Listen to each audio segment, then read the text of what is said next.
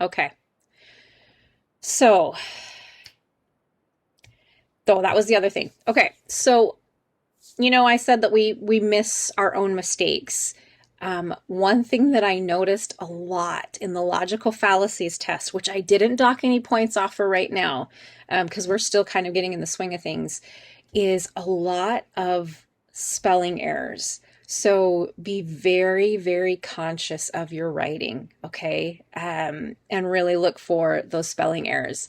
Um, the bummer part about using like the comments box with the assignments or even in with a test is there's not a spelling check. Word or even Google Docs or most applications on your computer, if you have Grammarly, it'll get caught, but not in Blackboard. So you really, really got to look at your work, okay?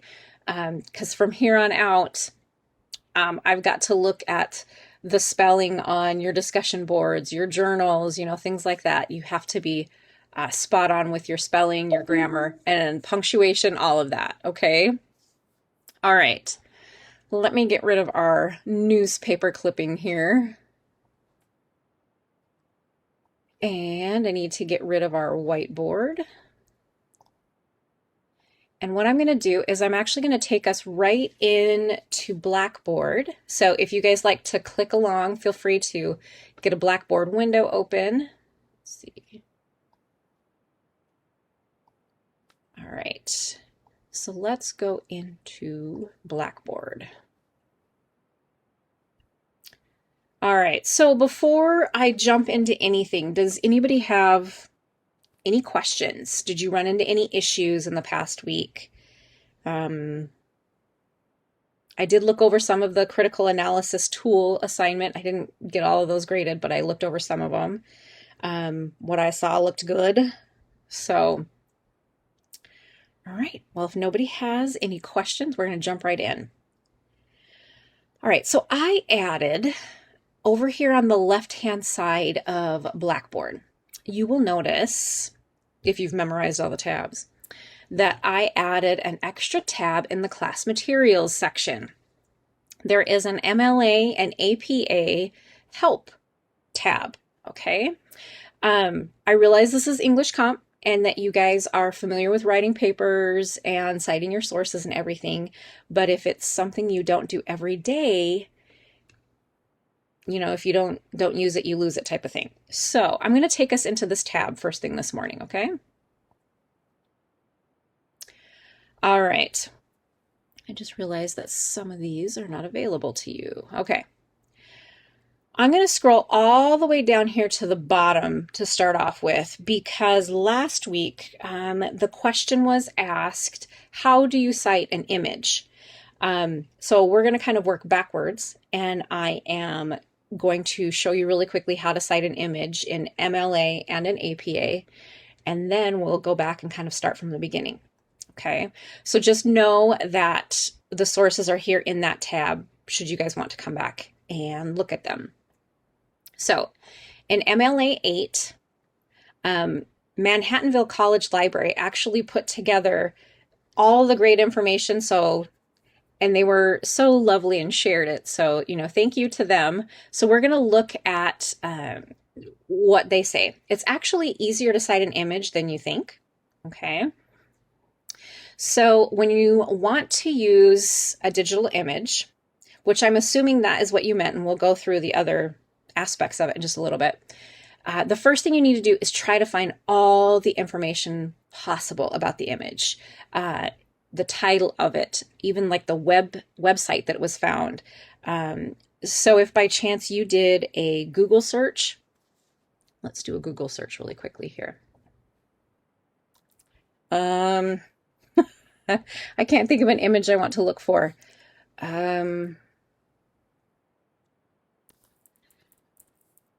Let's go really boring. Spring trees. Okay, so let's say I love this picture right here. So in order to cite it, I actually have to go to the website so I can get as much information as possible, because I do see that it's at gardenersworld.com, but I need to see, does it give me, I agree. Does it give me who took the picture? You know, anything like that. So you have to look at the picture, go to the site, get as much information as possible. So the website, any contributors if they were listed for the image, publisher of the image, date that it was created if that's available. Make sure to include the URL and then your access date. Okay. So the basic structure of citing an image is right here in this red font here. Okay. Creator's last name, first name, title of the image, title of the website, first name, last name of any contributors that you can find, version if you can find it, number if you can find it, publisher, publication date if you can find it. Always provide the URL and then put your access date. So all of this is there for you in that MLA APA tab. For the MLA, there actually is this really cool document that gives you even a little bit more information, gives you some examples if you're wanting to use like a figure within the document. So how to do like an in-text citation basically for the image, and then how to put it on your works cited page.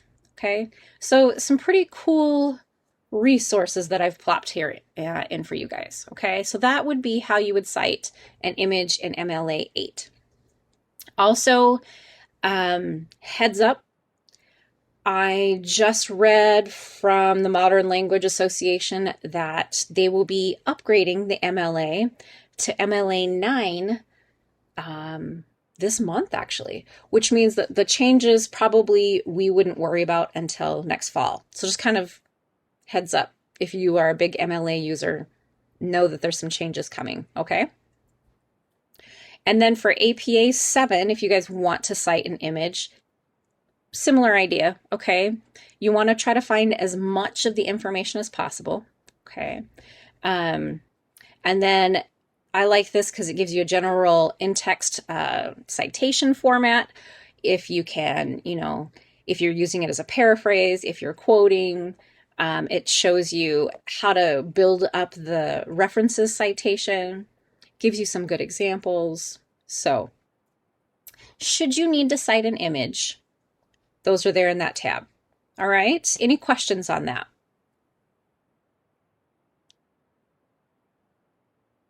Now, there's nothing that says you have to cite an image. Remember, this was just a question from one of your classmates from last week, but I wanted to make sure that I had all the information for you. All right, so here's what we're going to do. I'm going to take you through just a quick overview of MLA 8 and APA 7. Okay, pay attention. We're going to be going over both of them. Not saying you have to use both styles, but I have some of you in class who want to use MLA and some of you who want to use APA. So really look at the differences between the two, okay? We're going to go over just kind of a general overview, in-text citation, and then the source page for each style. And then I have an activity for you guys to do. Okay, so pay attention. These are videos, and I'm going to run you through some of them and the details, okay? So let me do this. And if at any time you guys have a question on any of these, please, please, please use the chat box, okay? All right, so let's look at this overview. We'll do the first couple seconds to make sure everybody can hear. This short video will provide you with key information. Okay, use the chat box. Can you guys see and hear everything okay? All right. Okay, so the really, really exciting, riveting stuff here, guys. Are you ready? Let's go through the MLA overview. About how to set up and format your papers in MLA format. We will cover things like spacing, headings, and headers, information you need to ensure the pages of your document meet the expectations of MLA format. First, you will notice that MLA does not require a cover page, as some formatting styles do. In MLA, on the first page of your essay, you should have what is called a heading. This heading is placed in the top left-hand corner of your page. You should list the following items in the correct order: your name, your professor's name, the name of your course, and the date, using military format where the date appears before the month. Remember, the heading appears only on page 1. At the top right corner of each page, you will place your header. Your header should include your last name and the page number. You will need to use the header function in your word processing program to make proper headers that will appear on every page. The header should be placed 1/2 inch from the top of the page and 1 inch from the right side of the page.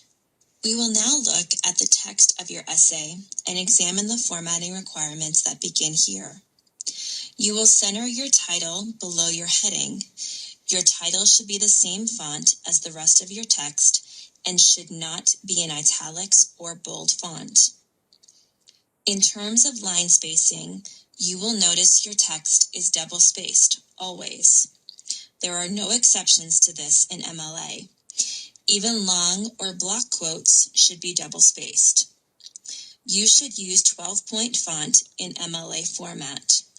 The MLA recommends a clear, standard font style, such as Times New Roman. You should also set your margins to 1 inch and use left alignment.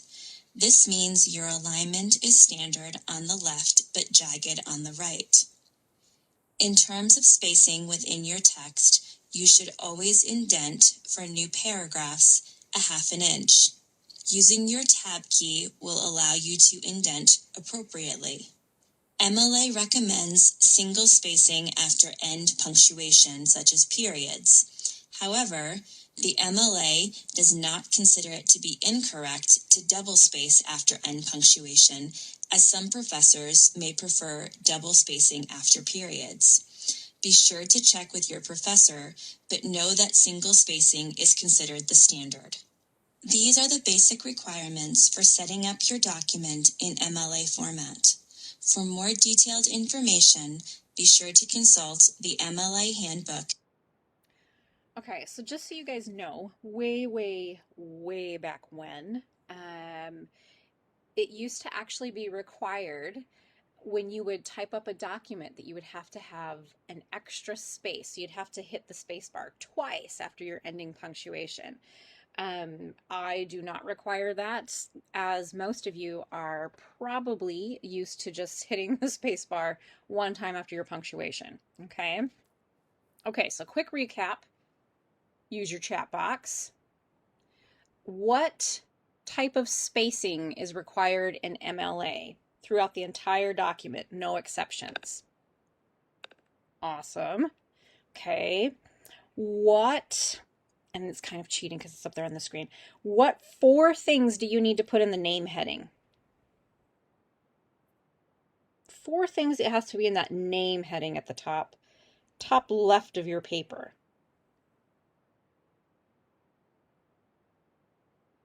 And just a hint, it's on the screen.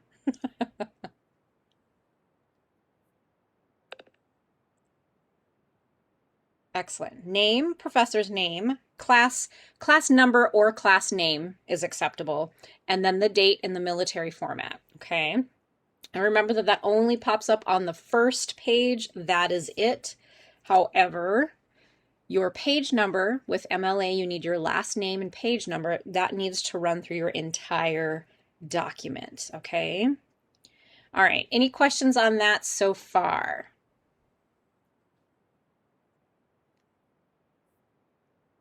Okay, let's take a really quick look at in-text citations, okay? Because remember, whenever we use a source in our papers with MLA, well, and APA too, we have to have an in-text citation and then have the source also listed on our works cited page, okay? So let's go forward. This short video tutorial will focus on the basic setup for in-text citations. And I'm just going to keep going with these videos. If at any point in time you can't hear, can't see, take to the chat box and let me know, okay? Sometimes called parenthetical references in MLA format.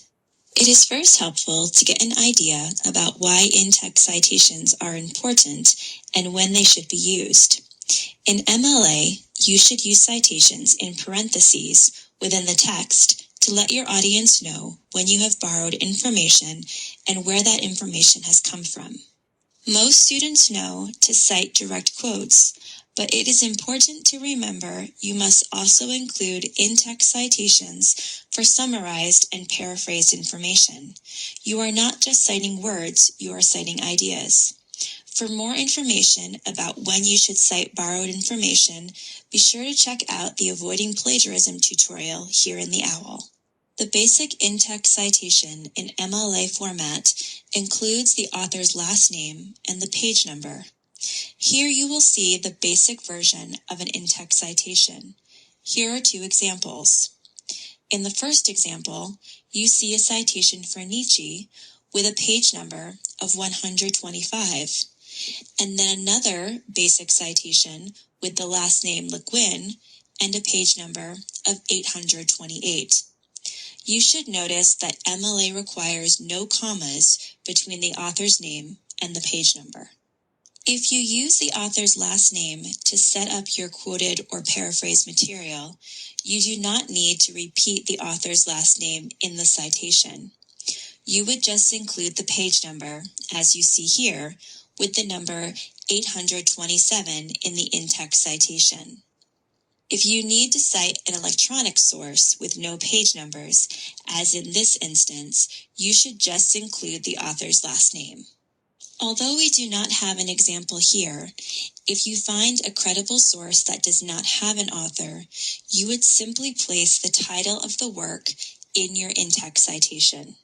In closing, the important thing to remember about in-text citations in MLA format is to cite any ideas you borrow and to include only the required information in your in-text citation.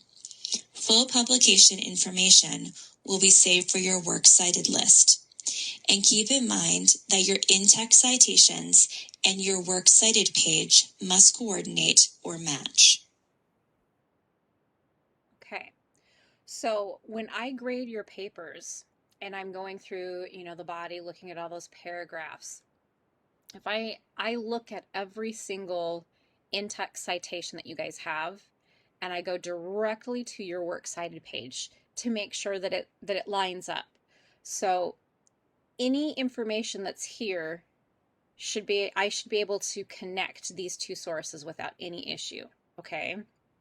Now, I know she had mentioned that, sometimes you guys might find a source that doesn't have an author. You still have to credit them in your paper, but let's just say, let's pretend that this source that's right here on the screen that we're looking at, the ones who walk away from Omelas, okay? Let's pretend that we actually didn't have an author's name there. So in your paper, I'm going to type it up in the chat box. In your paper, what you would do is actually put a condensed version of the title. So I wouldn't walk or write the whole thing. So hang on just a second.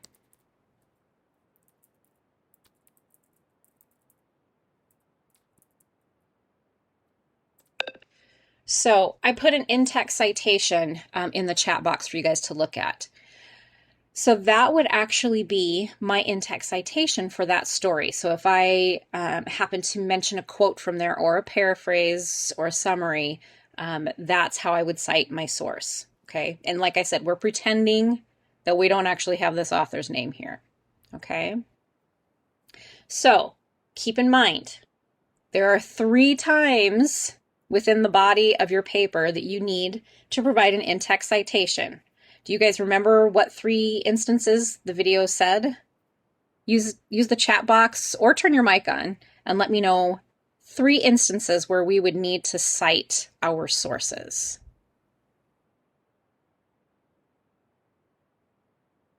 Take a stab at it.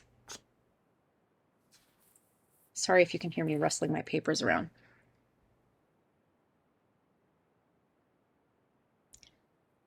Did I stump you?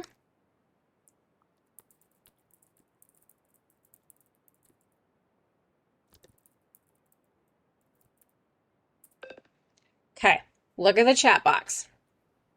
Anytime you guys do one of those threes, you must provide an in-text citation, okay? Whether you are directly quoting, paraphrasing, or even summarizing, you have to provide an in-text citation because you are using somebody else's words or ideas, okay? Okay, last one for MLA.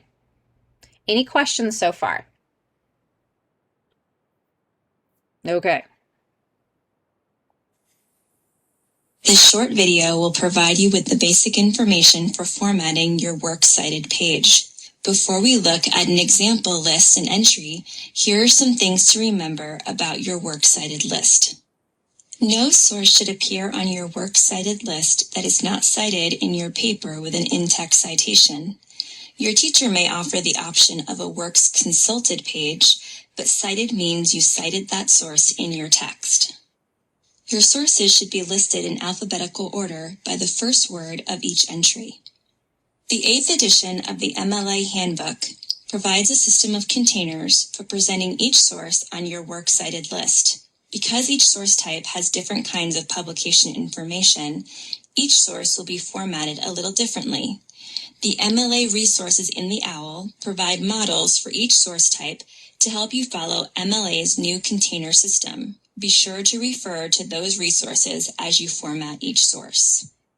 Let's take a look at one example from a works cited list to get an idea about how entries should be formatted. The first entry on this works cited list is a journal article found within a database. There are specific publication elements of journal articles from databases that you should provide. You will first provide the original publication information in the first container. This includes the author, the title of the article, the title of the journal, the volume number, the issue number, and the date. If your source has page numbers, the page numbers should be placed after the date. Because this source has no page numbers, after that information is provided, the second container information is provided. In this case, the database is the second container, for the source provides information about how the source was accessed. It was accessed through a database called JSTOR, so that information is provided. Because each source type includes specific information unique to that source type, once you become more familiar with MLA style, you can recognize a source type just by looking at the works cited list. Here you can see that a journal article accessed from a database looks very different from a book. Remember that your works cited entries should always be double-spaced. You should use the hanging indent to indent any lines after the first line in each entry. This sample works cited should get you started, and the MLA works cited resource here in the OWL can help you format each of your works cited entries using the new MLA container system. Okay, I'm going to go back to this frame. Okay, so as we had said from the very beginning, MLA double-spaced all the way throughout. Okay, your works cited needs to be organized in alphabetical order. Okay, don't get too hung up on what she was saying about the containers and everything. Don't panic on that, because if you guys recall, let me just really quickly take you into our sources folder. Whoops. Where did I go? Shoot. Nope. Okay. Wrong class. I don't have those for you. Don't get too hung up on the containers and everything, panicking over how to put them together. Remember that there are some wonderful resources out there. There's a citation machine. There's EasyBib. Do you guys use any other websites to help you create a citation? I'm always looking for new websites to offer students. I'm gonna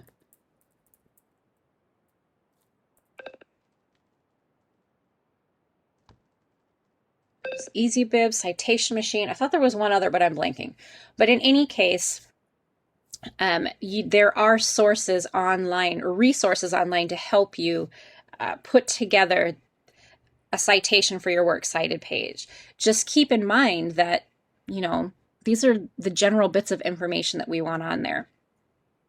Now, out of curiosity, which one of these sources, so Dostoevsky or Friedman, which one is a book and which one is an article? Use the chat box and tell me which one you think. Which one is a book and which one is an article?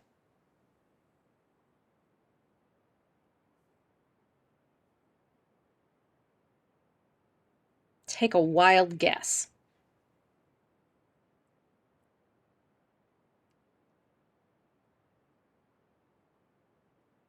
Would the top one be an article and the bottom one be, or the Dostoevsky be a book? Okay, so I can always say it in my head, but when I try to vocalize, it never works. But Dostoevsky you had it right the first time, is an article, and then this one is a book. And one of the key ways that you can tell that is articles we put in quotation marks. Okay, so whether it be a journal article, a magazine article, a newspaper article, or even like an article you find on a web page, they will be put in quotation marks. Okay, and then books are always in italics. So that's one of probably the easiest ways to distinguish that. Okay, so articles and other small pieces of work are in quotation marks, and book titles and other large pieces of work are in italics. Okay, so good job though. Like I said, you had it right the first time. You doubted yourself. Don't doubt yourself. All right. Any questions on MLA formatting or in-text citations or works cited page?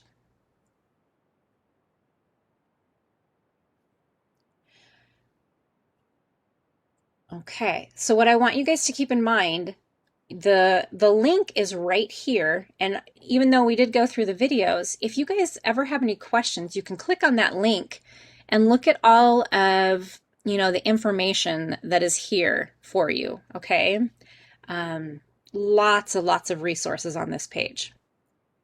Okay, but with that, I'm clicking out of MLA. So let's go through APA, because like I said, some of you are doing MLA, and some of you are doing APA. Okay, so if that happens, because I already had the window open, just click APA style right there and it'll load the APA stuff up for you, okay? So the APA information on this website is set up just a little bit differently. You just kind of have to scroll and hit next, but all the information is there for you. So let's look at the APA overview. Again, if at any time you guys can't see or can't hear, please use the chat box, okay?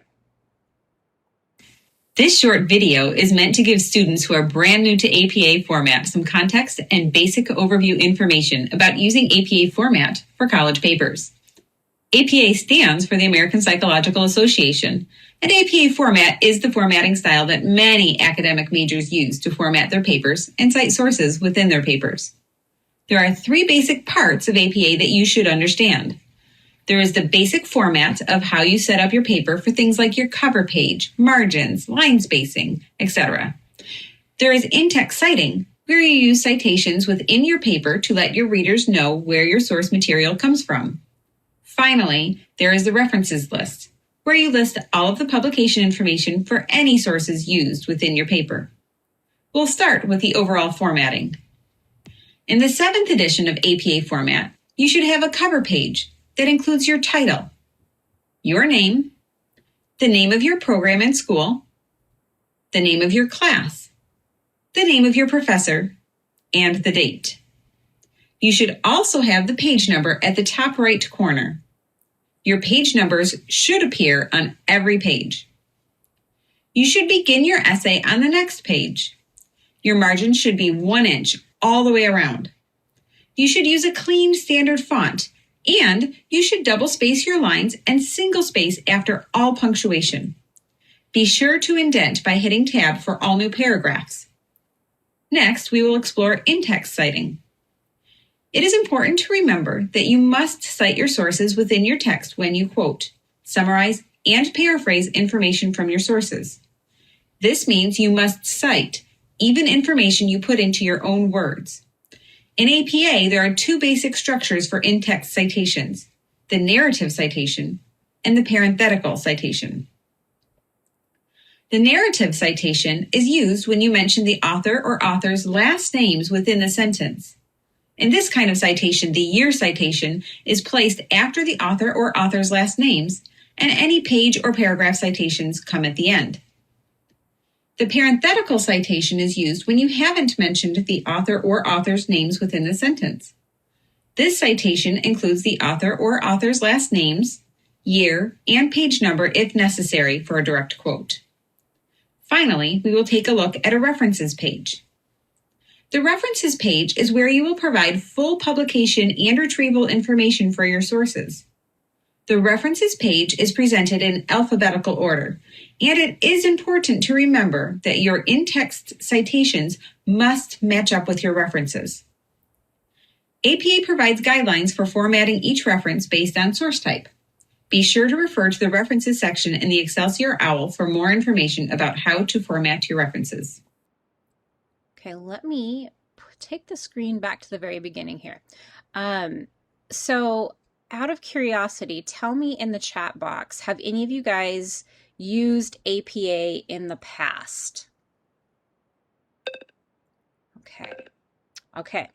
So I don't know how recently you used it, but APA 7 is fairly new, okay?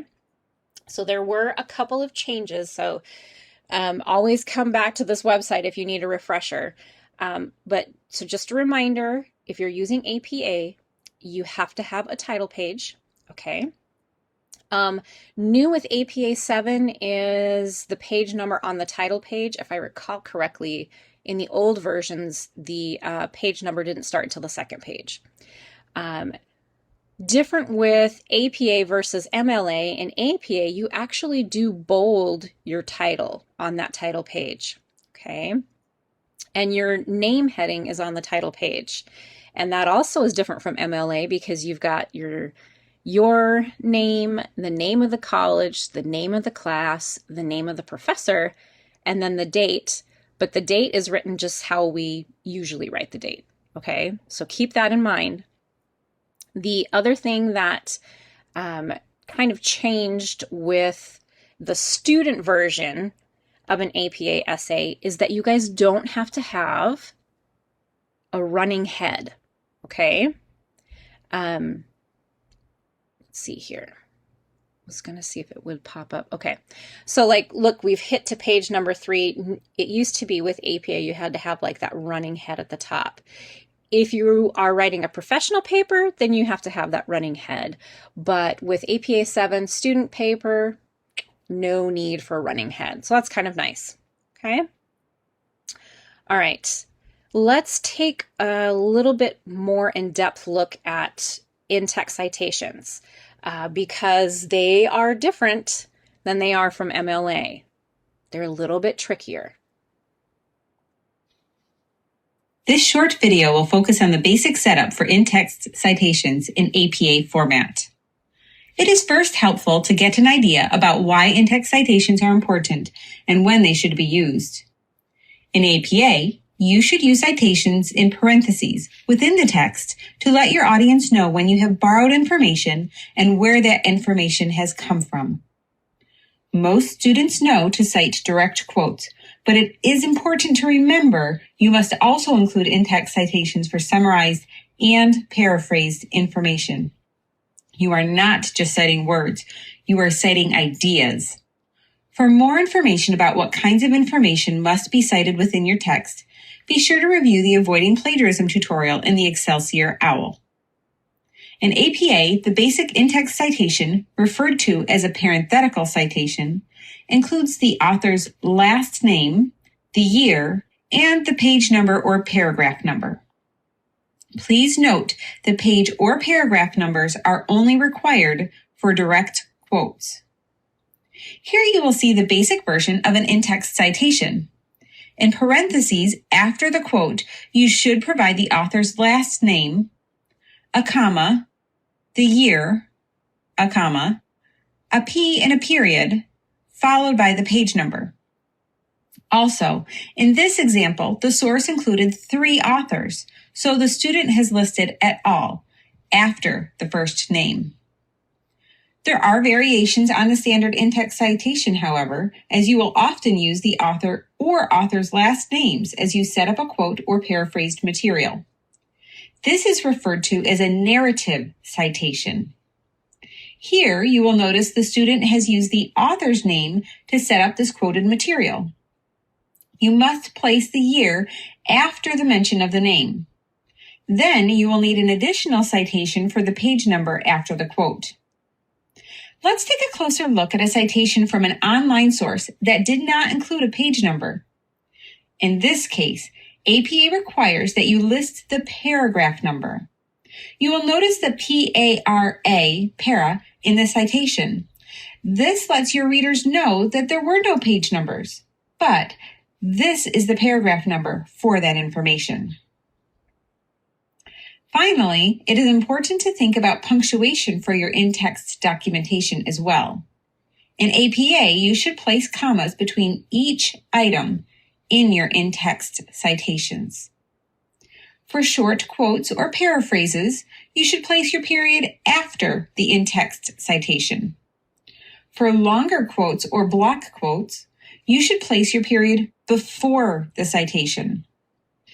In closing, the important thing to remember is to cite any ideas you borrow and to include only the required information in your in-text citation.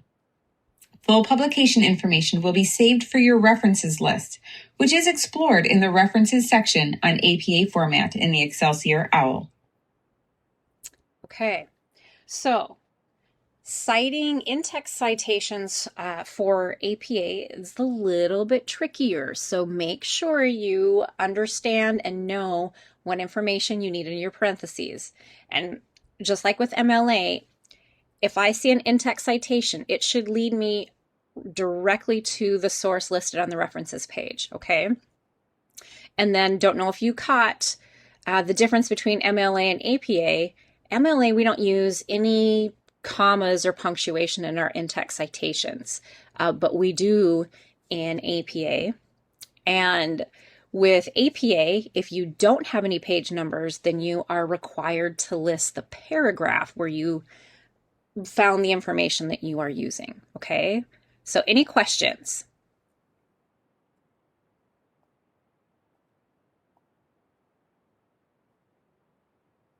Okay, I got to get to it here. It goes through a whole bunch of, here we go, references page. All right, so let's look at this references page, and then I have an activity for you guys to do. This APA video will provide you with the basic information for formatting your references page. Here are some important things to remember about your references list. No source should appear on your references list that is not cited in your paper with in-text citations. Your sources should be listed in alphabetical order by the first word of each entry. Each source type has its own structure, so a book has a certain structure, as does a journal article, a magazine article, etc. You should not try to memorize the structures. You simply have to look up the formatting each time you begin putting together your references. You can use a reference generator, but be careful to always double check, as the generators often make mistakes. The APA References section in the OWL provides you with visual support and clear examples for each source type. Pay close attention to the capitalization rules in your references, as APA does not follow what you might perceive as standard capitalization for some titles. For example, in article titles, you should capitalize only the first word, any proper nouns, and the first letter of the subtitle, which is found after the colon. APA refers to this capitalization style as sentence case capitalization. When you begin your references page, you will notice that it is simply another page in your document, so you should have the page number at the top right. You should center the word references at the top of your page and then begin your entries. The word references should be in bold font. Keep your line spacing at double spaced. In this short video, we cannot address all the many types of sources you might encounter, but this short list of references contains a YouTube video, an article from an online newspaper, a website, and a journal article. A nice thing about following APA formatting carefully is that your readers can tell by simply looking at your references list what kinds of sources you used because of the structure and order of information. This can help your readers note your diverse and credible sources even at a glance. Remember, it is important to keep a good APA resource handy as you create your references list. You may rely on the APA Manual 7th edition or the helpful APA resources in the Excelsior Online Writing Lab. Okay. This didn't want to start that over again. Okay, so I'm going to hit just on a couple of points here and make sure that you guys saw them. I like what she said, kind of what we had said with MLA. Don't try to memorize the container or the way that the citation entries are supposed to be formatted. Feel free to use any of those citation generators like EasyBib and Citation Machine, but you do have to have a general idea of what needs to be in those citations, because those reference generators, I don't know if you caught it, the reference generators do sometimes get it wrong. Sometimes they organize it incorrectly. Sometimes they don't pick up the information that maybe you want to have on there. So you really, really have to be careful to make sure that all the information gets put in there, okay? The other thing that's a little bit different with APA versus MLA, with APA, the capitalization is different, okay? It's that sentence case capitalization, so make sure you keep note of that. And then the other thing that's different in APA is with MLA, we have our works cited page, right? And we put works cited at the top, but it's not bolded. APA, we have a references page with the title references at the top, and it is bolded. So I don't expect you guys to have all this stuff memorized. That's why I have these links in here that you guys can go back to if you want. All right. Yeah, I don't even have all this stuff memorized, and I've been teaching it for how many years? Of course, they keep changing the rules, so that's a whole nother thing. All right, so here is what I want you guys to do. If you have not yet, open up a Blackboard window, and I want you to open up this MLA APA tab. You'll notice that underneath the links here, the overview links, I have an MLA knowledge check and an APA knowledge check. What I am going to ask you guys to do is whatever format you guys plan on using, for your big research papers, all that in this class, I want you to check your knowledge. So let's say I'm going to use MLA 8. So I would click on the knowledge check, and it's going to bring me to like this little tutorial type thing. It's going to ask you questions. It'll guide you through it. And you just have to answer them. So you can either click the arrow here, or you can even click the little buttons there. So it'll ask you a question, select an error. It even gives you hints, and then you can check your answer. So that's kind of nice. You can figure out, okay, why did I get that right, or why did I get it wrong? And they each only have like 11 to 12 slides each. So I want you to take the next however many minutes and do a knowledge check. When you are done with your knowledge check, I want you to take to the chat box and let me know that you're done, so that way I don't start on the next thing without everybody, okay? So do you guys have any questions on what you need to do with these activities?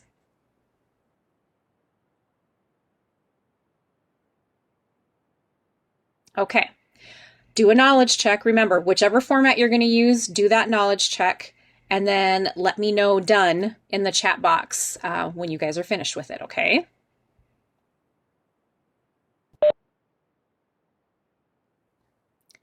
Okay, so do any of you have any questions that kind of came to mind as you were going through that activity?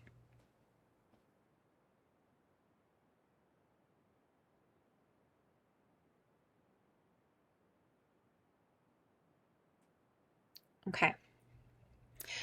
Again, I know you guys are familiar. This isn't something new that you've never ever done before, but it's probably not something that you use every day.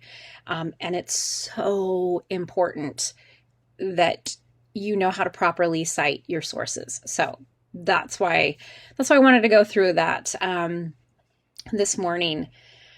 All right, so I'm just kind of looking at my to-do list here for you guys. All right. You know what? Honestly, I think I'm going to go ahead and let you guys take your break right now before we jump into the next thing. That might be a good thing for you too, because you just had to watch a whole bunch of boring videos. So let's take our 12-minute break before we jump into some more critical analysis stuff, okay? So let me get a 12-minute timer going. Go be human. Walk away from the computer. Like I said, you had those really super exciting videos that we watched. So maybe go shake it off and go get some caffeine. And then we will start up in 12 minutes, okay?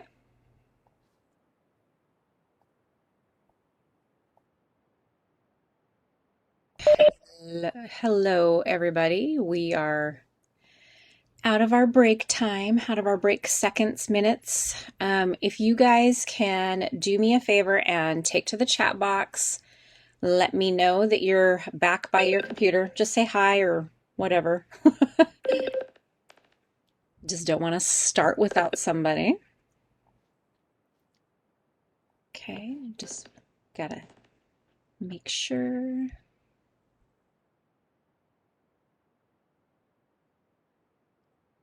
All right.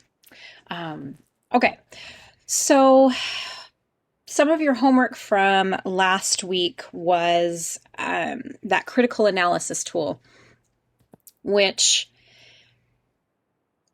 basically was helping you break down how to critically analyze something. You're going to be taking it one step further. So for the critical analysis tool, you could use like a table or an outline, however you wanted to organize the information. But you were looking at specific things to analyze in a source. All right. So now let's head into Blackboard.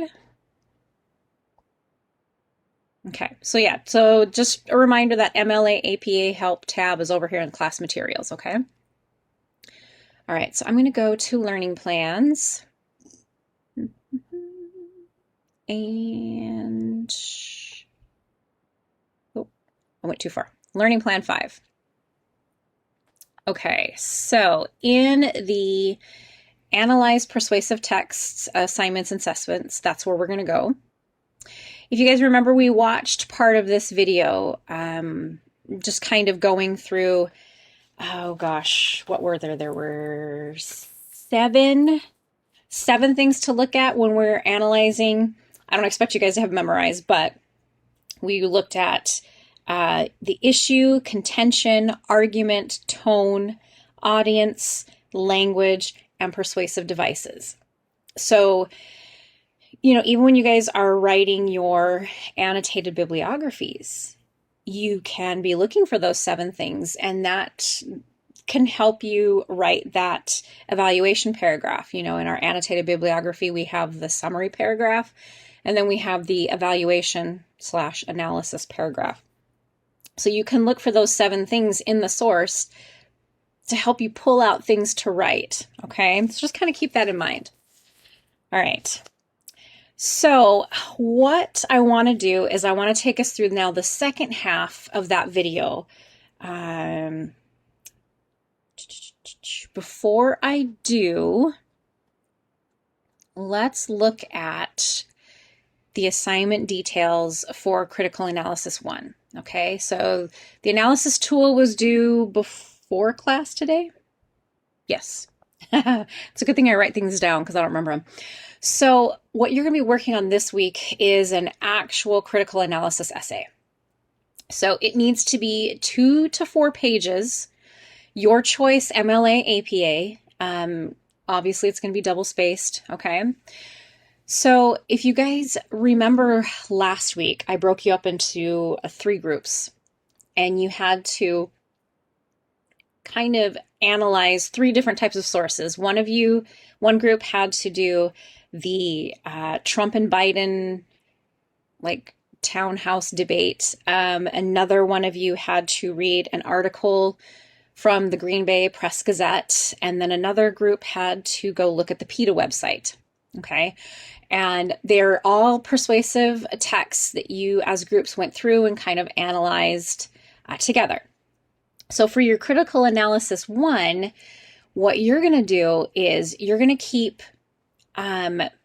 your topic in mind. So, we've talked about your topic for your final essay, your persuasive essay. So by now, everybody should have a topic. Everybody should have, hopefully, a pretty solid thesis, right? So for the critical analysis essay 1, you are going to go and find a source that is a debate, an editorial, a website, or even a newspaper ad that's somehow related to the topic of your final essay. So I'm blanking all of a sudden on the topics that you guys have submitted. For another class, I think one of the topics was gun control. They whittled it down a little bit more. It's not broad like gun control. But if I was the student and my topic was gun control in Wisconsin, I would need to go find either a debate, an editorial, a website, or a newspaper ad that had to deal with gun control, maybe somehow related to Wisconsin. Okay. So I would find that source. I would look through it with my analyzing eye, right? And I need to write an essay that's 2 to 4 pages long. So the goal is to critically think about whatever it is you find. Okay, the medium could be different. Maybe it's not a text. Maybe it is an ad. Maybe it's an image. Okay, you could write 2 pages about an image. View the author's choice, the artist's choice, through that, the criteria that have listed here. So go and evaluate it. Use the terminology that we've used throughout so far in this course. Go look for ethos, pathos, logos, induction, deduction, fallacies. The test that you guys just took, I think it had 14 fallacies listed. There's so many more out there, but look for fallacies in whatever source you find. Name any of the fallacies that you find.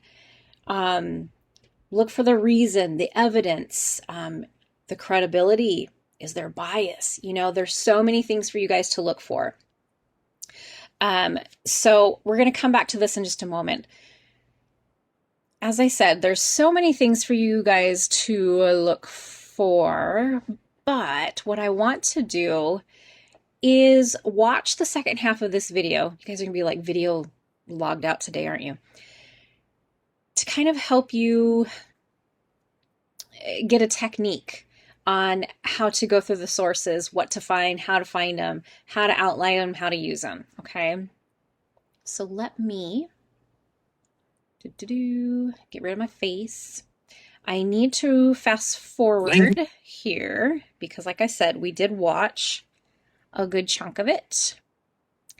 You guys remember that? Persuasive devices. Okay. So forgive me if you get a couple seconds of repeat from what you already had last week. Okay, persuasive devices. All right. So I'm going to go ahead. I'm going to just right away play it, put it to full screen. If there's any issues with the video, the volume, let me know in the chat box, okay? So pay attention to how this video encourages you to kind of plan out your critical analysis, all right? And then we're going to go through some of the acronyms that he has for you. To them.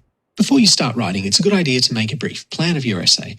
This is about organising your thoughts and your annotations, identifying key arguments and the persuasive techniques used to make them. Even getting down a few words will help bring structure and logic to your analysis. An important part of this process is clearly identifying some of the arguments the writer makes and the language choices and persuasive devices used to support them. If you're going to analyse an argument, you need to get a few things straight in your introduction. To remember what you need to include, I love the acronym FATCAT. Remember that the information doesn't need to be in this order. It's just a way of remembering the things you should include in your introduction, including the form. Is it an editorial, opinion piece, letter to the editor, or a speech? The author. The title. Contention, or the writer's point of view. The intended audience of the piece. And its tone. Here's an example of what an introduction might look like. After writing an article about his dogs dying from 1080 foxbait, writer Dmitry Kakmy penned another opinion piece titled "They're Pests but Cruelty is Inexcusable," sharing the words of support he'd received from regional Australia. Kakmy argues in an emotive tone that foxbaiting is cruel and barbaric, attempting to persuade both voters and lawmakers that we should abandon this practice. With your introduction complete, it's time to move on to your body paragraphs. When you're analysing an argument, each body paragraph will focus on an argument that the writer puts forward. You can use the acronym AAPEE to remember the structure of your body paragraphs. Begin a body paragraph by clearly identifying an argument that the writer is making. Then start to analyse the argument. How do they make their point? Avoid simply listing persuasive techniques and try to explain how these techniques have been used with the intended audience in mind. Then identify a persuasive technique, give an example, and explain its intended effect on the audience. You can repeat this last bit as many times as you like. Let's take a look at what a body paragraph might look like. O'Brien argues that parents should trust the professionalism of doctors, allowing teens to have private medical appointments. In making this argument, O'Brien recognises that when it comes to their children, parents are likely to be swayed by the advice of experts, which means she approaches this argument in a logical manner, relying heavily on evidence and the suggestion that parents should trust medical professionals. She supports this argument with the use of evidence, referring to a new research report from Victorian doctors which indicates that children should have the right to private medical appointments. This use of expert opinions suggests that O'Brien's contention has widespread support by a trusted body of professionals, and her use of evidence positions parents to contemplate whether their right to know surpasses their children's health. Furthermore, O'Brien uses the positive connotations of the word professional when she states there are times when parents should defer to other professionals whose job it is to protect our kids. The word professional has connotations of experience and training, further emphasising the credibility of doctors in the eyes of parents who might be wary of allowing their teenagers to have private medical appointments.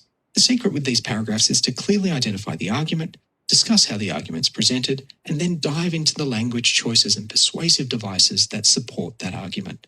It might seem like a lot at first, but you'll pretty soon get used to this structure after you've used it a few times. You can conclude an argument essay by referring to how the writer makes their final argument. Their last paragraph will often be a final plea to the reader, a call to action, or a dramatic statement intended to linger in their reader's mind. Conclude your essay by reflecting on how they do this. Okay, so he just dropped a whole bunch of information. I went ahead and put it in an image here for you, okay? So what he did is he actually gave you an outline of how to write a critical analysis. He told you how to, gather some information for an introduction. Remember the acronym FATCAT, okay? And we've got form, author, title, contention, audience, tone. One thing to remember is that it doesn't have to be in this order. If these are just the things for you to remember to look for while writing an introduction, okay? So you can flip it around, but FATCAT helps you remember the form, author, title, contention, audience, and tone, okay? Then he goes on and uses the acronym AAP, right? Okay. And that helps you get the structure of your body paragraphs. So that was supposed to be tabbed over and it's not. He talks about argument and analysis, right? And the analysis, we look at the persuasive technique, we give an example, and we explain the effect it had on the audience. And of course, the 13-year-old whatever in me laughs when he says you can repeat P as many times as you need to, whatever. And then he gives us kind of a format of how to write that conclusion, how to close up our page. Analyze the writer's conclusion. Okay, so like, how did they make their final argument? Why does the article end in that way? Okay, because that last paragraph will often be like an author's final plea to the reader. Sometimes there's a call of action there, or a dramatic statement like this is supposed to be stuck in the reader's mind. And then you need to conclude your essay by reflecting on how the author does all this. Were they effective? Could they have made a stronger conclusion? And then you just kind of explain yourself. Okay, you get to explain what you think. So this image is just right here in Learning Plan 5. Now, does anybody have any questions on any of that? If you look at the bottom of your screens, there should be a reaction button. I don't know if I've done this with you guys in class. Give me a reaction. If you click on it, there should be like different emojis that you can use. Do you guys all see that? Oh, okay. Coming through. All right. Good, good. I'm just checking on everybody's reactions here. Awesome, awesome. Okay. All right, we're going to apply this to a source. We're going to do it together so you can kind of get an idea of how to apply this for your critical analysis essay, because you're going to end up writing 2 of these. You have a critical analysis 1 and a critical analysis 2, okay? So what I'm going to do is, in Learning Plan 5, hopefully you guys are kind of following along with where I'm clicking. I have this article here, and I'm going to pull this article up on the screen. Now, because we are in a virtual format, and it's really hard to see where everybody's at, we're going to have story time today in class, okay? I'm going to read an article to you, but I want you to pay attention, and I want you to think about this article through a critical eye, okay? So you're going to apply the critical analysis format here that the video shared with us, okay? So keep that in mind as I read through this. Keep in mind where maybe some information is found in the article, because you might need to go back to it in a little bit, because I'm going to be breaking you guys up into groups, okay? All right, so this is called The Growing Disenchantment with October Pinkification, okay? And this is by Gina Colada, and it was written October 30th, 2015. It was published in the New York Times, all right? Okay, so, and we have a nice image that we start with. We've got pink lights being shown on the White House, so it's a nice image. Notice we have not necessarily a title, but an image description, and then we do have a photographer, and we have a publication. Okay. All right. So the White House went pink this month, awash for a night in rose-colored light. Delta Airlines painted a huge pink ribbon on one of its planes, dressed flight attendants in pink, and has been selling pink lemonade to passengers. Police departments started using pink handcuffs. Ford is selling pink Warrior car decals. Dick's Sporting Goods is offering free shipping on pink products, including football cleats and batting gloves.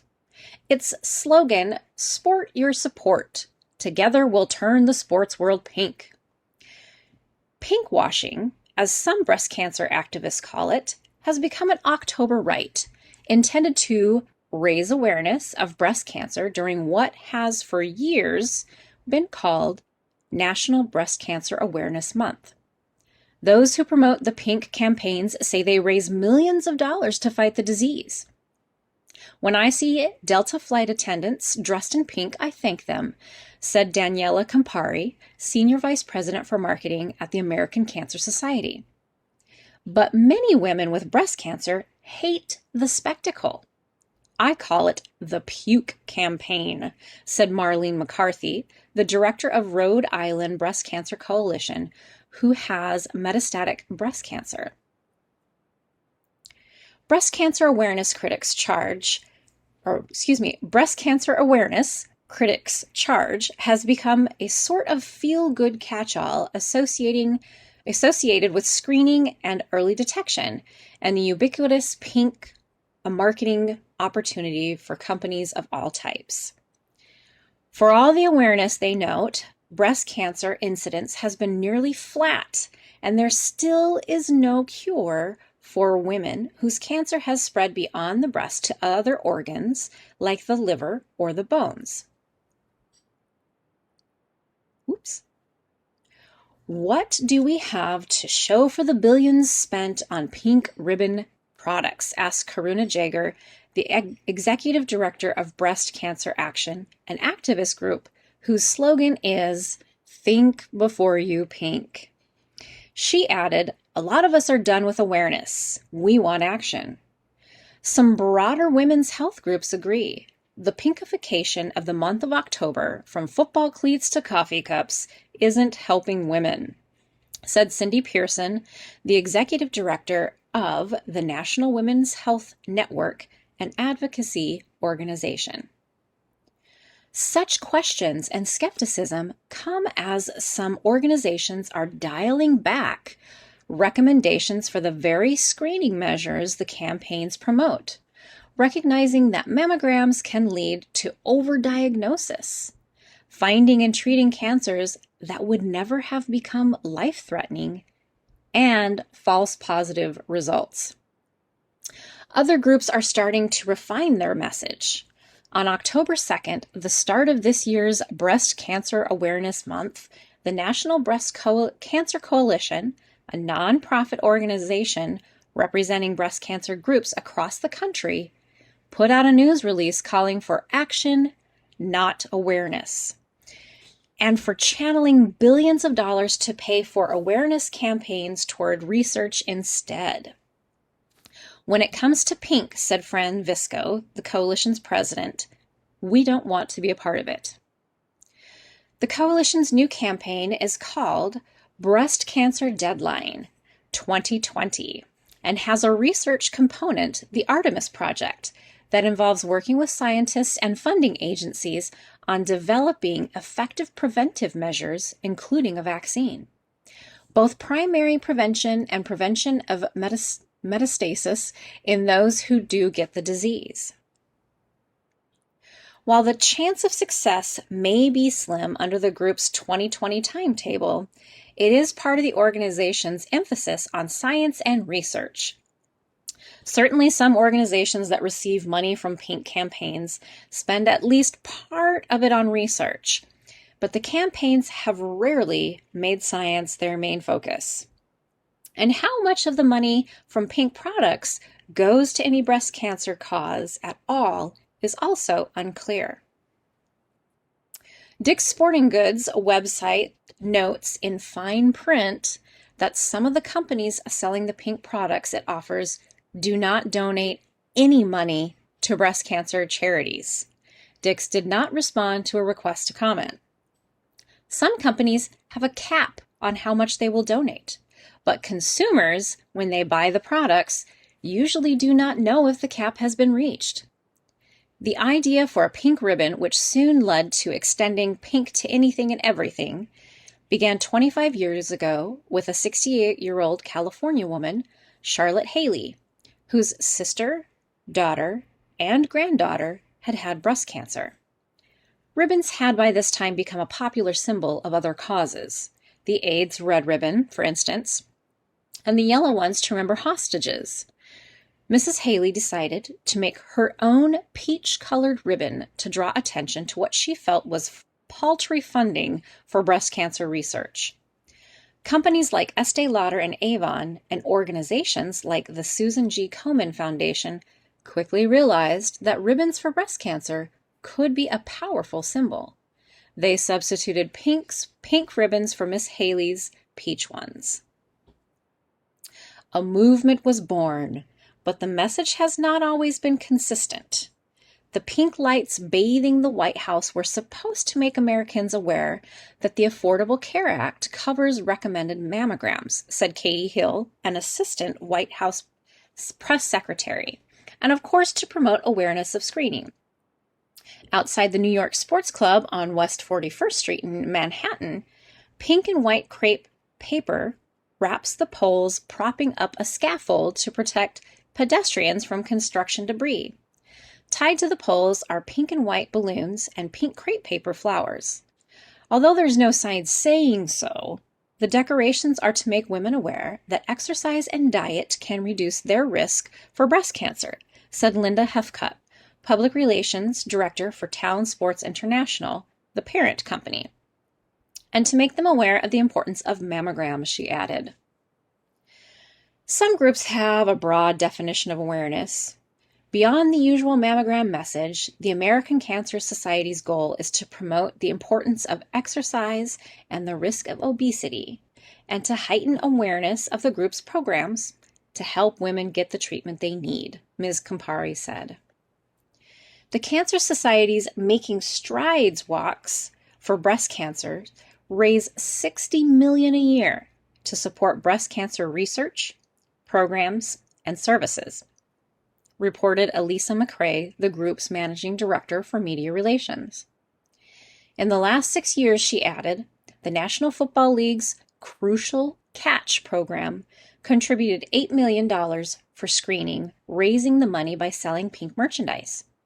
At Avon, Cheryl Heinonen, the president of the Avon Foundation, the money raised goes towards screenings for women who cannot afford them and to providing care and support for women with breast cancer, including childcare and transportation to medical appointments.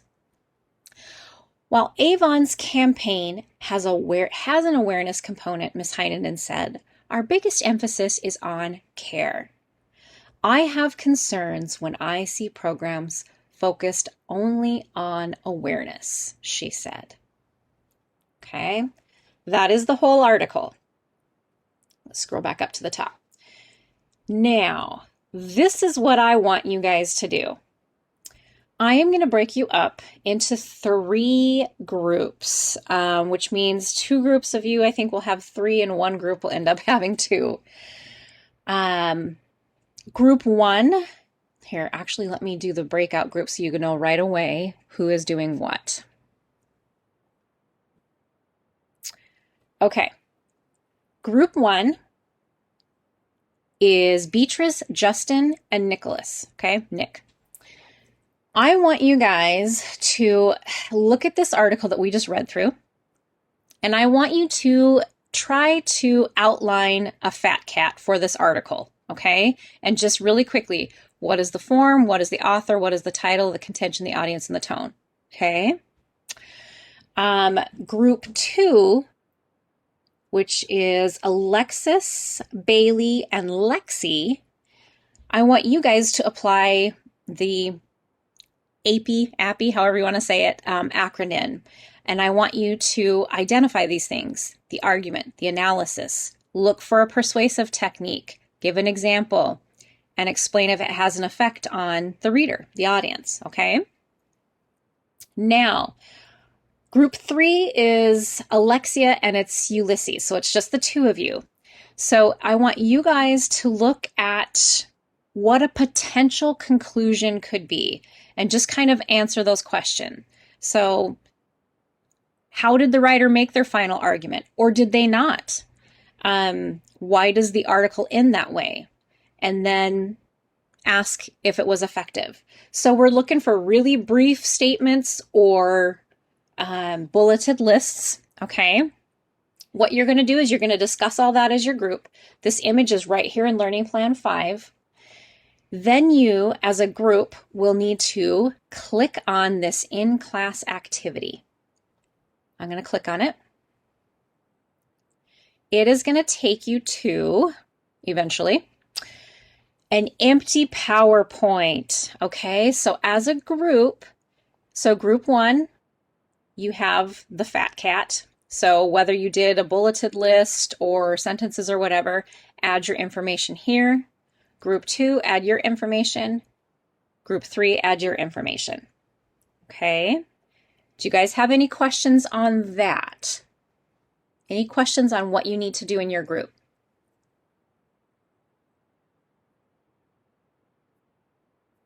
So with the slides, it's up to you guys. You can have just one person typing on it, or all of you guys can type on it all at the same time. Okay. You don't have to have a scribe. The article, that was a good question. Thank you for asking that. If you guys want to look over the article, the link is right here underneath the in-class activity. Okay, it should open right up for you. Do you guys know where to find all of this information? Let me take you out and then back in just to make sure that you can get there. Okay, so it's Learning Plan 5. Scroll down to the Analyze Persuasive Texts folder. There's the breakdown that has kind of the outline there. Here's the link for the PowerPoint, and here's the link for the article. Okay. I am going to give you guys 20 minutes to work on this. Okay, I'll kind of keep an eye on the PowerPoint. But 20 minutes should give you enough time to kind of discuss and to identify the points, and then we will go from there, okay? So does anybody have any last questions before I let you go into your groups?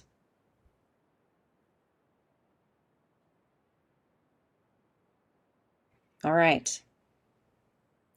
Okay. Keep an eye on the clock in the breakout sessions. Like I said, I'll keep an eye on the PowerPoint and see how you guys are doing. Raise your hand if you need me to pop in and answer any questions. Other than that, I will see you guys in 20 minutes, okay?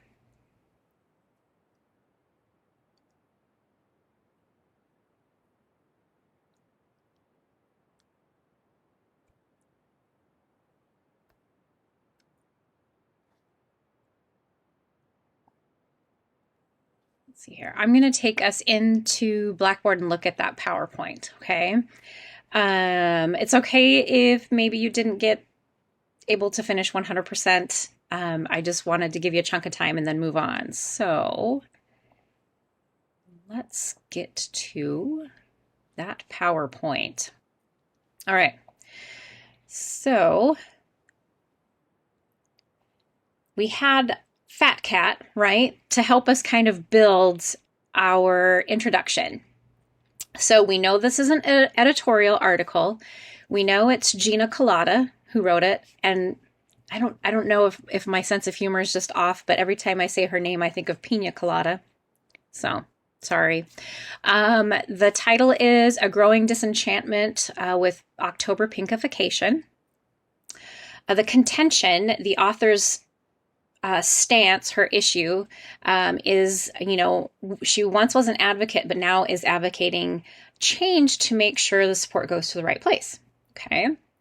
As far as the audience, probably like consumers, because anybody who's buying the pink stuff probably should know this, right? Patients, and then even corporate America. I like that you added them in there. And the tone is assertive. She's very clear to her point, right? So let me show you something really quickly. It's our intro paragraph, which means we have to have a thesis statement in there, right? We're writing an essay. We need to have a thesis statement. So, you did the Fat Cat. You figured it all out. You could write all of this in your paragraph. Obviously, you would branch off on these ideas. I mean, you couldn't just have a bulleted list for your introduction, but what is so cool about trying to find these details is that when you go to write your thesis statement, you kind of already have it. So really all you would have to do is maybe go,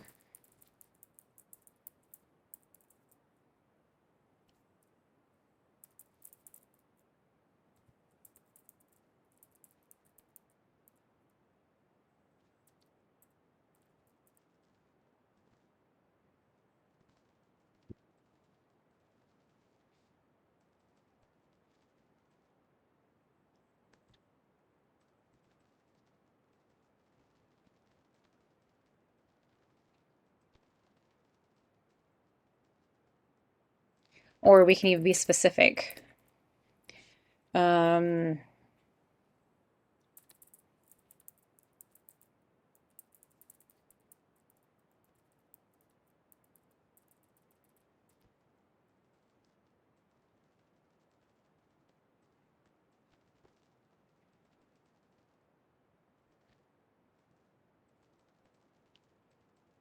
Okay. So, I mean, you had all the details in there. You basically have what you need for a thesis statement. So all you'd have to do is in your introduction, give like maybe a brief summary. You maybe could mention one of the stories there from the article. But that thesis statement is what you would essentially discuss in your essay. You know, that's the contention. That's what's being discussed. And in your essay, you would talk about how, Ms. Collada was either really effective, how was she effective, all like that. And that's where the AP comes in handy to help us find those details. So, okay. Any questions on what I just did there? Do you see how helpful that is? Really quickly in the chat box, let me know. Do I have anybody in here who uses an outline? And I've probably asked you this before, but memory of a goldfish. So do I have any of you who actually I'm getting some thumbs up here? Okay. Just a couple of you. All right. I'm not going to lie. I'm not a huge clean outliner, but I like the way this is set up because I feel like it gives me at least a format to follow, even if I don't follow it to the T, exactly the way they have it. It gives me something to use. All right, so let's look at AP. I don't know how we want to say it. Okay, so the argument is that too much money is being raised by buying pink items, yet no real change is visible, right? The analysis can possibly be viewed as an opinion piece, since that's mainly what's being used to argue, the side there. Persuasive technique. The argument is presented in a way that appeals to emotions by using opinions of people who have had breast cancer and personal examples. Yeah. They have the example, excellent example of, I call it the puke campaign. It's pretty clear what Ms. McCarthy, what her message, her meaning was, right? And her point of view. So the effect of this article is to bring attention to pinkification and the pink campaigns to support breast cancer, that has downsides, raising awareness to public that there's flaws, like too much money being spent on pink items instead of being put toward research and talent. So you did that effect. And remember how we said you can repeat P as many times as you need to? So then you can actually just add a whole nother one in there. Give an example of Dick's Sporting Goods. Now, so just build on that effect. Dick's Sporting Goods, which had some of their products, what did it say? Like none of the money went to breast cancer awareness. So then you just kind of keep adding and adding and adding to build up as many body paragraphs as you need. Okay, good job. And then once we have as many body paragraphs as we need, then we can go to a conclusion. Oh, look at you guys. Okay. I'm going to do this just so it comes up just for my benefit. All right. So we got our final argument. Remember there was some questions in there that you could look at and try to answer them, and then that would help you develop that conclusion. So let's just kind of bits and pieces here. Let's see. Final argument would be maybe people want more action, not just awareness. Plenty of awareness about the disease, but nobody can really identify the actions that are being taken. The actions that were listed in the article were, money raised towards screenings for women who can't afford them. They gave a great example of that quote there about, I think it was Avon, that we would want to make sure that we're specific about that Avon mentioned their funding goes for childcare and transportation to appointments. It's a great way to put that in there. Article ended in a manner because the author wants us to be aware of breast cancer survivor victims. Maybe the focusing more on action.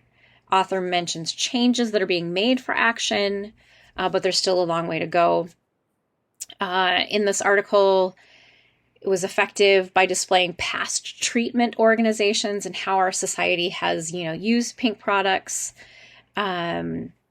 The other thing that I wanted to ask you guys, did any use the chat box or the reactions? Did anybody feel like the article just kind of was abrupt? Like it just ended really abruptly? Or was that just me?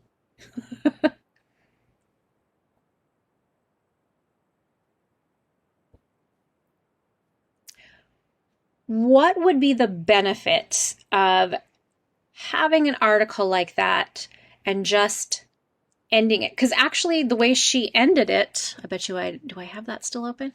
The way she ended it wasn't even her words, right? She ended it with a quote by Ms. Heinonen. So what do you suppose the benefit would be to end just like that?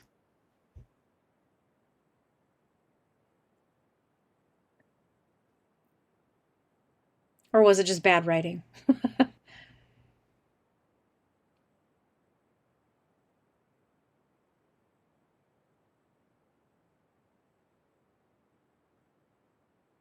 No one? Honestly, I don't really know because I know that she wanted to make it short and cut it off because she wants probably us to understand that there still needs to be more not awareness, but more action with this movement. And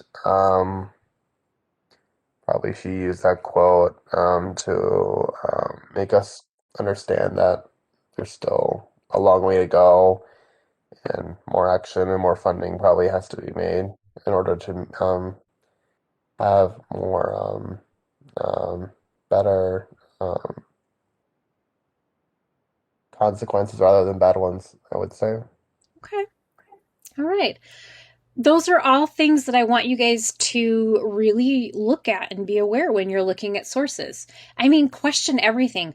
Why did they start like this? Why did they end like that? Why did they use that example? Why did she use that word? Or why did he use that word? Or why did they use that image? You are, with these critical analysis, you are just picking everything apart. So, okay. I just wanted you guys to be able to apply this to an article so you could see how this actually could be helpful. Oops, let me see. I think I got out of, there we go.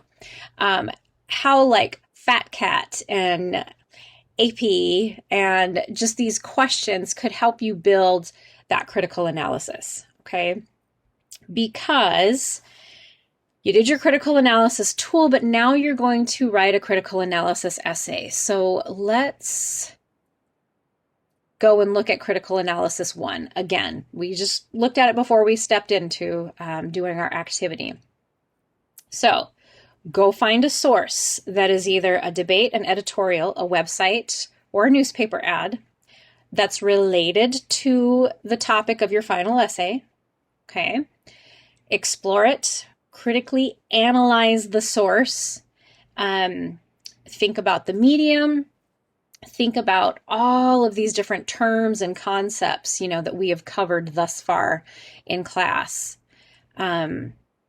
Really ask those questions. Go back and look at, I clicked away from it, didn't I? Yeah. Go and look at the fat cat in the AP and the questions for the conclusion. Look at all of those and use that as a source to help you build this paper, okay? The final draft of Critical Analysis 1 will be due next Friday at midnight.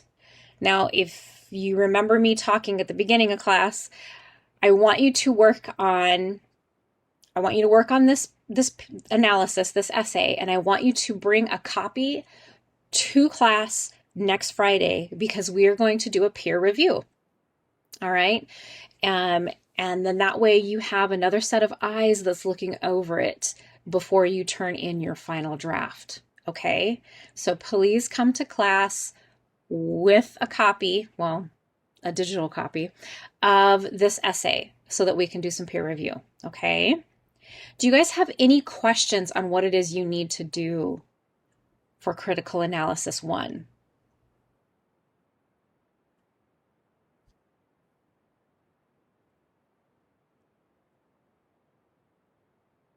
Okay. If you think of questions as we're going along, just pop them in the chat box or turn on your mic and ask them, okay? So, in the email that I'm going to send out with the homework information, I'm going to ask you guys to read Chapter 11 from our Essentials of Argument textbook. Have you work on your critical analysis. Here's your reminder to bring your draft to class next week so we can do a peer review. And then you also need to work on 2 more annotated bibliographies, okay? Do you guys remember how many annotated bibliographies you're supposed to have in total by chance? Very good. Perfect. Okay. So, and I mean, it's right there, but 10 to 12 for the completed assignment, but 12 if you want that A grade. Okay. So keep that in mind. And don't stress. Let's say you're doing an annotated bibliography on a source and maybe halfway through you're like, you know what, I'm not going to end up using this source on my paper. That's okay. Don't panic. It's kind of a bummer that you're doing something on a source that's not going to help you out for your final essay, but that's okay. Don't think like you've got to go, oh crap, I got to go all the way back and find another source, okay? So keeping that in mind, the next 2 annotations, so 3 and 4, because you already did 1 and 2, the 3 and 4 are due next Friday at midnight as well, okay? And looking way, way ahead, April 23rd, you have to have all the rest of the entries. So that's going to be 6 to 8 entries that you need to have done by April 23rd, okay? 8 if you want the total of 12 to get the A, or 6 if you just want to get it done, okay? So keep that in mind. And then also looking ahead, you are going to write another critical analysis, but it's going to be different than this first one. Really quickly, before I let you guys do some work, I wanted to, first of all, have you guys noticed over here on the left, like you don't have to go into the learning plans to find the class discussions or the assignments or the journal entries. They're all right here, making sure you know that's there. So just so we have a clear picture of what we're doing, I think we looked at this at the very, very beginning of class, like when class actually started. Keeping in mind as you're working on your annotated bibliography entries, as you are doing these critical analysis essays, they're all being tied back into this final research essay. Okay, you're going to be able to use the content of your critical essays, your critical analysis essays, your annotated bibliographies. You're going to be able to take that content and put it into that final research essay. So keep that in mind as you are working on all this. You're not doing I mean, you're doing separate assignments, but they are going to apply to the big thing in the end. So remember that your research essay needs to be 12 to 15 pages of double-spaced writing. Okay? When we say that you have to have at least 12 pages of writing, I'm not including your references page or your works cited page. That's extra. We're talking about 12 pages of writing. If you're writing an APA, your 12 pages of writing does not include your title page, okay? Because that's not really 12 pages of writing. Keep in mind that for your final essay, you may be doing 12 annotations to get that A, but you only have to use 10 sources. Okay, you're only required to use 10 sources for this essay. You can use more if you want to, but you only have to use 10. And then keep in mind that 3 of them have to be internet sources, 3 have to be print sources, and 1 has to be a primary source. And then beyond that, it's all your choice. Okay. Do you guys have any questions about what's coming up with this research paper?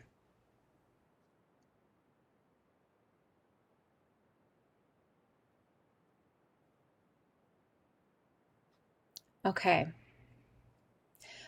All right. So as I said, this is what you guys need to work on for the week. This is what's coming up.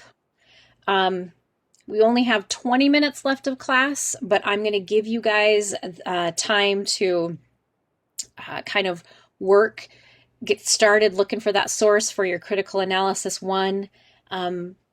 Just going to remind you one more time, make sure you have a copy of your critical analysis essay 1 for peer review next week. And if you guys don't have any questions, go ahead, take off, get started on stuff, have a great weekend, and I'll see you next Friday. I'll stay here in class until the end of the time, just in case you guys have any questions. But yeah, other than that, I think we've covered everything that I wanted to get to you guys today. All right. Anybody have any questions on annotated bibliographies? No questions. Remember, citation, 2 paragraphs. Citation, summary paragraph, evaluation paragraph. Make sure you are formatting in MLA or APA. Okay, got to be a stickler for that. Okay. Well, go run and be free, get some work done, and I will see you guys next Friday, okay? Have a good weekend. Have a good week.